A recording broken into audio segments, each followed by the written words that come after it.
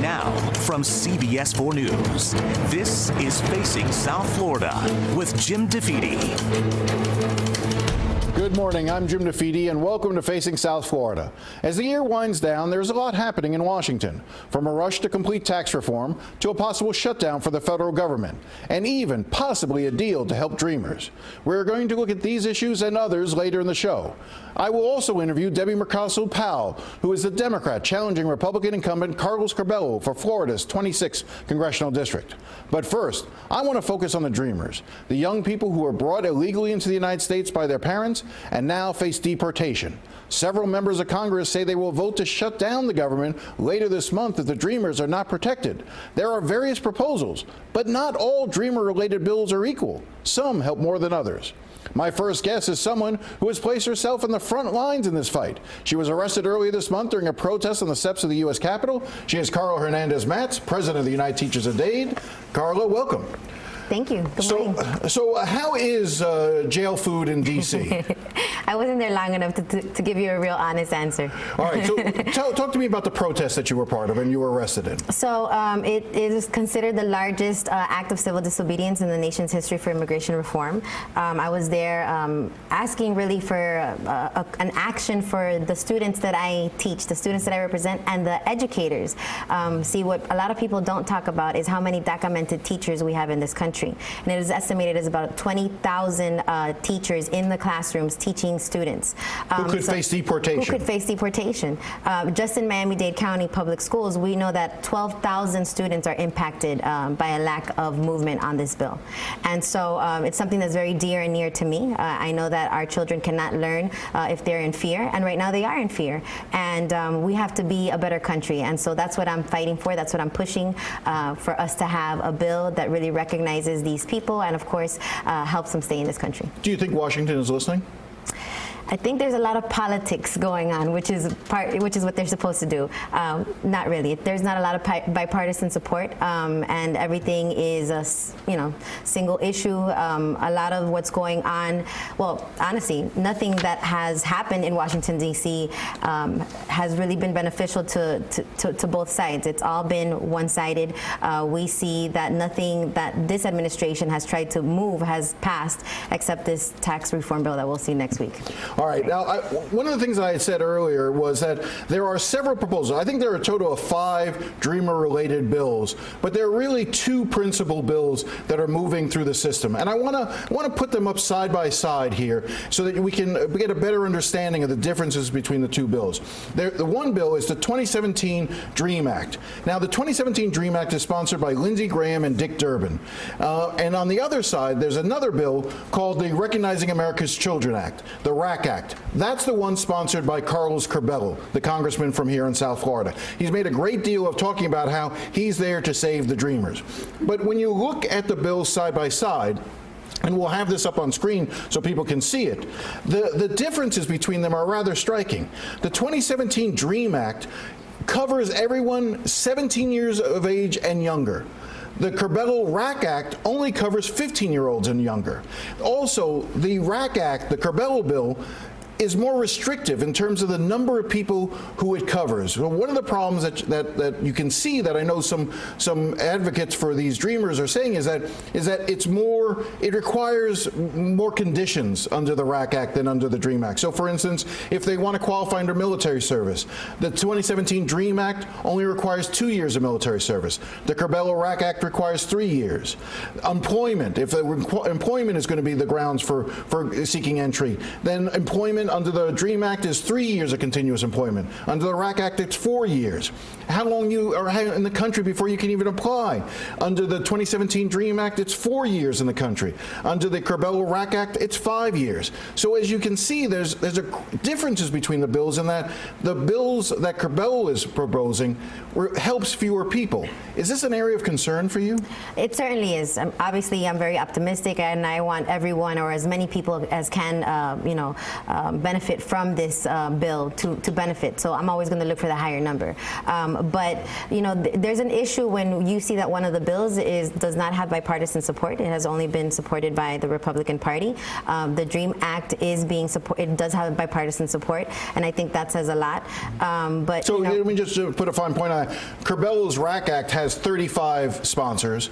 The 2017 DREAM Act has more than 211 sponsors, both Republicans and Democrats. That's what you're talking about, the difference between bipartisan support and a narrower focus. Correct. And I think it's an issue that he certainly had to take on. I hope that they're all good intentions. I think that he does have good intentions, but he's also vulnerable in his district. He knows that this is a district that is certainly impacted by it, and he's up for re-election. I want to just put up two other numbers. We'll put them up on the screen. There was an analysis done by the Migration Policy Institute, and they found that under the Curbelo RAC Act, 388,000 fewer young people would be eligible under conditional legal status. In other words, that the RAC Act would cover 388,000 fewer young people achieving conditional legal status. And when you look at the number of people who would gain legal permanent residence, Curbelo's bill, the RAC Act, covers 331,000 fewer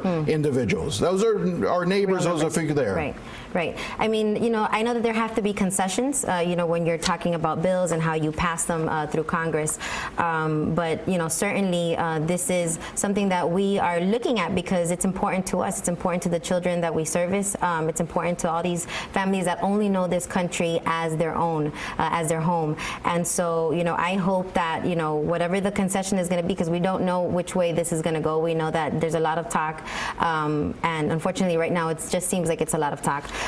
We need to get something that's really going to help us. There's a lot of resources that we have invested. So as a teacher, I can tell you, how many hours, the type of education, the quality education, the aspirations that these children have and how they can really help the economy, in terms of contributing back to their communities. They want to go to school. They want to become entrepreneurs. They're really going to help this community. Are these kids scared? I mean, when you deal with them in the classrooms and you see them, when you talk to them, is there a palpable fear that they have that they are going to be deported? They certainly are. Children are scared. Their parents are scared as well. And, and I'll give you a quick example. My child, my oldest is 8 years old, and he was born here. His parents are U.S. citizens. I was born here as well. But he talks about this with his peers. And it's not coming from us because we're not talking about it at home. We're not having these discussions at the table. But his peers are talking about it during lunch and during recess. They're talking about being deported. And so an 8-year-old child should not have these burdens on them. They should not have to be worried about how they're going to get to school, what's going to happen to my parents, because they can't learn. They are constantly in this fear.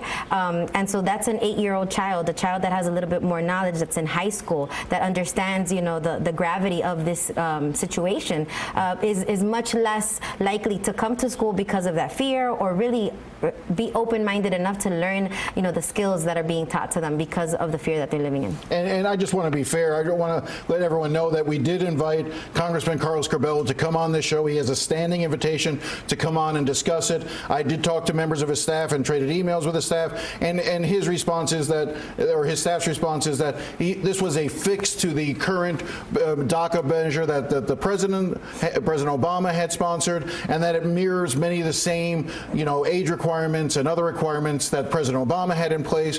But again, the question becomes, we're trying to move past that and cover as many people as possible because they are productive members of our society. That's correct. And that's what we're looking for as well, And, I do believe that I have to advocate for the students that we serve and, of course, the documented employees that also serve these children in this community.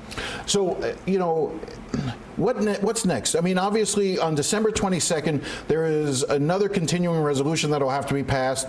The government shutdown was only put off for 2 weeks till December 22nd. There are a number of members, including Carlos Curbelo, much to his credit, has said that he will not vote to keep the government open unless there is a fix to the DREAM Act. Are you concerned, though, that in fixing the DREAM Act, they may add other elements to it that may make it harder for people who also are still here in this country? Certainly. I mean, that's always something that we have to, deal with, and we have to see what happens. I do hope that his intentions are true and that he's able to really hold on to what he's saying and really provide something that's going to be beneficial for the entire community, especially our dreamers.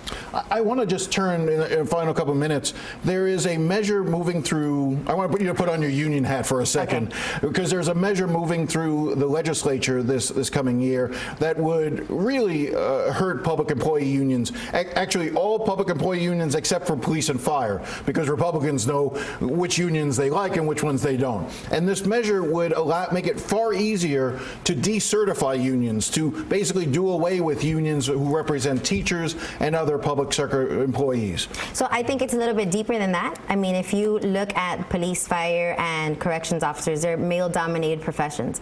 And I believe that this is a direct attack on public sector women workforces. So who are they focusing on? Teachers unions, predominantly female, nurses, predominantly female. And, it's an attack on our rights as women. And, it's awful because, there's so much rhetoric out there of how everybody feels like this nation is going backwards. Well, we see that even at the state level. We see that the state is trying to take us back to times where, women, didn't have any rights and unions didn't exist because there is no help for the working class. So here we have a party that talks about working class and helping the middle class, and we see quite the contrary. This is House Bill 25. A similar bill last year passed the House. It died in the Senate. Right. It looks like it's going to pass the House again. We'll see what happens in the Senate. My last question to you, and I just wanted to ask, the issue of sexual harassment is in the news. I know that, as you pointed out, teachers are often a female-dominated profession. Is sexual harassment a problem in the school district? That's interesting. I mean, I've never experienced it at the school district. Because it is a female-dominated workforce, it's probably not as obvious. But there is something interesting to say when, when you have men in power, right? And, are there more male principals than female principals? I think there are. I think there are. All right, this is probably a conversation we have to have a little bit lengthier at another time. Absolutely. Carl Hernandez-Matz, thank you very much for coming up. Appreciate All right, when we come back, the race of the 26th Congressional District. Meet the woman who is hoping she can ride the wave to Washington.